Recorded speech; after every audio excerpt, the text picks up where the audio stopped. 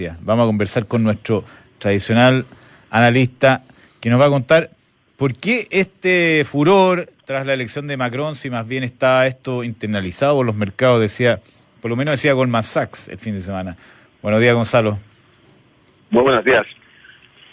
Bueno, pues yo, por ejemplo, el viernes hice con el señor José Luis Cava, que es bien conocido en mercados en la castellana, una sesión el viernes tarde, a las 5:30 en directo, la hicimos online, sobre los pronósticos y el futuro incierto que tendría las elecciones francesas. Entonces tengo bien estudiado el tema porque ya el viernes vimos un poquito por dónde podían ir los tiros.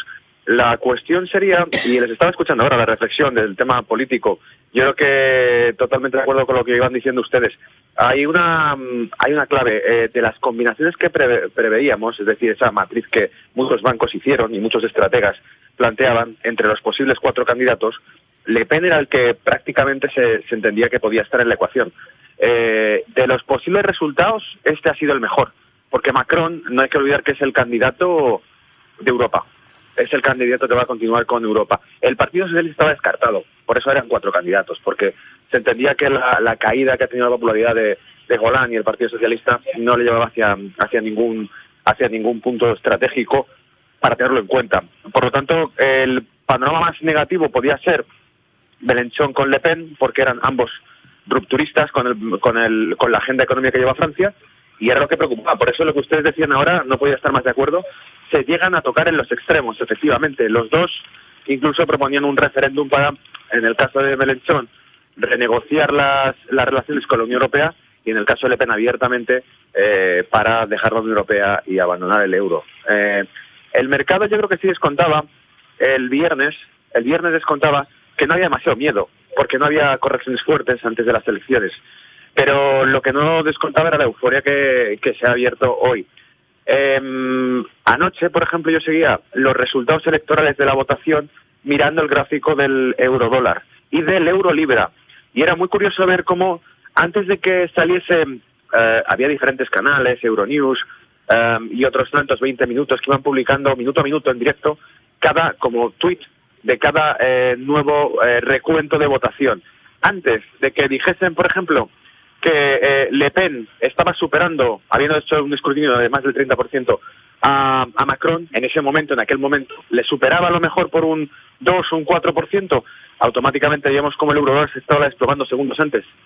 Entonces, lo que sabíamos es que el euro está francamente asustado ante la posibilidad de que pueda ganar Le Pen. No está asustado porque en realidad está reflejando la euforia de que Macron, el candidato europeo que está fabricado, esté ahí. Macron significa que no habrá cambios y que seguirá la agenda de reformas económicas de Bruselas. Es el candidato de Bruselas. No hay que olvidar que el nuevo sucesor de Merkel, presidente de la Cámara, el Schwalz, no sé exactamente cómo pronunciar el nombre de este señor alemán, este señor ya le felicitó a él, antes de que se termine el recuento, a Macron. Entonces sabemos que es el guiño que hace Europa y que es la carta que tiene Europa y a la que va a apostar fuerte.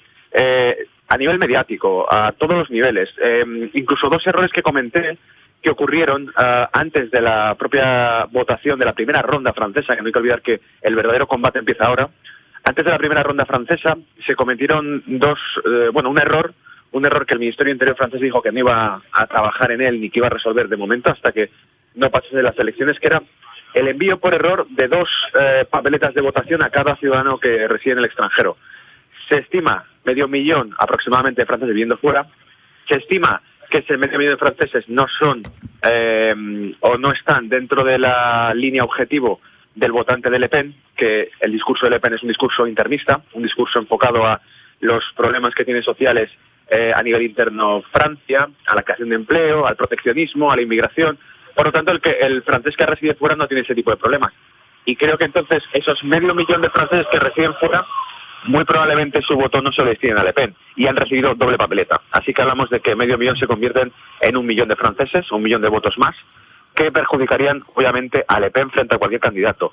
Y en este escenario además, lo segundo es lo que ya se produjo desde hace semanas, la retirada de inmunidad, la inmunidad que tiene como europarlamentaria Le Pen, y que además el Ministerio de Justicia también había solicitado la retirada de la inmunidad parlamentaria que tiene en Francia, para poder ser procesada por tweets y por comentarios y y por cuestiones. Es decir, yo creo que preparan ya, por decirlo así, algún plan de contingencia en caso de que Le Pen pudiese triunfar en las elecciones. Vimos que Trump era prácticamente el candidato al que se le era menos favorable, exactamente el escenario de ahora. Macron es el candidato favorable y Le Pen es el candidato menos favorable por parte de medios. Contra Trump había protestas, igual que contra Le Pen. Es un escenario muy similar. ¿Pudiese ganar Le Pen? Pues esa sería la gran sorpresa, como pasó también con Donald Trump. No le apoyaban los medios de comunicación, había protestas contra él y, sin embargo, ganó. Quizá lo que ustedes decían es muy interesante. Votantes de la izquierda de Mélenchon podrían votar a Le Pen como castigo, porque no hay que olvidar que es una votación de castigo a la política económica de Bruselas centralizada, que es yo creo que lo que genera bastante indignación en los grupos más extremos, tanto de izquierda como de derecha. Y por eso, por cerrar el círculo de este panorama que trato de dibujar a los que nos escuchen, yo creo que la votación de Francia simboliza para toda Europa una votación entre elegir el modelo de Bruselas, de la Europa que hemos visto hasta ahora, la misma que intervino Grecia en el año 2010, o girar el timón y elegir un voto de ruptura con ese tipo de políticas de austeridad. Y no lo digo yo, sino que es sencillamente el mismo cuadro que hemos visto con el tema Brexit. Parece haber una corriente de gente que no está contenta con la situación económica nacional, pero de macroestados, es decir, de estados que están bajo organismos internacionales, y como no están contentas, solo encuentran una forma de quejarse, que es votando al más radical que pueda romper las reglas de ese juego en el que se han visto abocados Gonzalo, muchos agentes económicos. Hoy estamos viendo que los mercados, literalmente dicho, bien en chileno, están volando. La bolsa francesa y casi todas las bolsas europeas están muy bien. Probablemente haya algún efecto contagio también después con el mercado americano y latinoamericano. ¿Ves que esto dura solo hoy o puede generar un nuevo escenario para los próximos días que se pueda sostener en el tiempo? Buena pregunta y muy atentos los que nos escuchen, porque quizá me equivoque.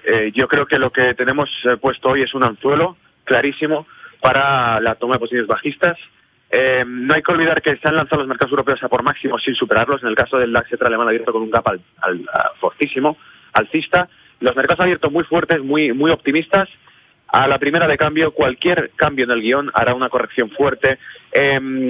Si a alguien de los que nos siguen les gusta mirar gráficos, les recomiendo que miren no solamente ese índice alemán, que decíamos que está en máximos desde 2015, y se enfrenta con ese máximo. Algo más interesante todavía, el euro contra las principales divisas del mundo, que son el dólar y la libra. El euro contra el dólar tiene lo que llamamos gap. Ha dejado sin cotizar una franja de bastantes puntos desde esta madrugada.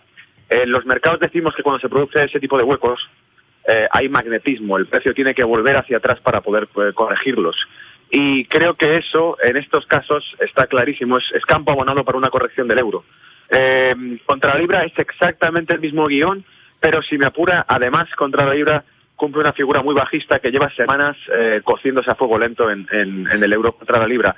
El hecho de que el Reino Unido anunciase unas elecciones anticipadas, lo único que ha sido alimentar más ese movimiento bajista que puede tener el euro frente a la libra. Es decir, tenemos al euro que podría enfrentarse con una muy buena debilidad si se cumplen pronósticos más negativos, si Le Pen gana fuerza. Y saliese como presidente, obviamente, para el euro sería una catástrofe. Pero no solo eso, la libra además se fortalecería si hay una segunda oportunidad de rectificar el Brexit. Por lo tanto, creo que estamos en una situación de las que pocas veces vemos, en las cuales el euro está muy crecido en estos momentos, sacando pecho en los mercados, pero a la mínima que el guión cambie se debilitará, y aprovechando además una libra que se está fortaleciendo, sin duda alguna creo que veremos cambios fuertes en los mercados. Y pensándolo contra el dólar, que es lo que más vemos nosotros, ¿cuál es la razón, Gonzalo, de que la libra esté tan fortalecida respecto a una semana atrás? ¿Fueron las elecciones que anunció Theresa May? Sí, sin duda, porque usted piensa una cosa, el hecho de que anuncie elecciones Theresa May, la razón que dan es que es por consolidar el el poder que tiene su partido dentro del Parlamento británico. Pero yo lo que hice fue, cuando esto ocurrió, además tuve varias intervenciones explicándolo, lo que les expliqué a quienes nos preguntaban era que podían ver sencillamente los twitters del Partido Liberal Demócrata de Reino Unido, tanto partidarios como detractores del Brexit y de Theresa May, dijeron lo mismo, pero con diferentes palabras. Unos dijeron, tenemos una oportunidad para cambiar el rumbo del país, y se referían al Brexit, y otros dijeron, ¿cómo fue? Que había sido, no recuerdo las palabras exactas en inglés, pero más o menos como que era muy hipócrita la postura que tomó Theresa May, porque en realidad lo que estaba haciendo era dejar una puerta abierta para rectificar el Brexit. Es decir, los que son partidarios de ella lo vieron mal, porque pensaban que era una oportunidad para que vuelvan a entrar otra vez en la misma rueda de la Unión Europea. Pero los que son contrarios a ella lo vieron como una oportunidad para cambiar el rumbo, y la interpretación entonces es unánime. Las elecciones anticipadas de Reino Unido dan la oportunidad a que se vuelva a renegociar el tema de Europa. No está hecho para consolidar el poder. Uno no se la jugaría en ese sentido, yo creo, al menos. Un partido no se la jugaría, si ya tiene todo votado, a volver a hacer elecciones. ¿Para qué las hacen?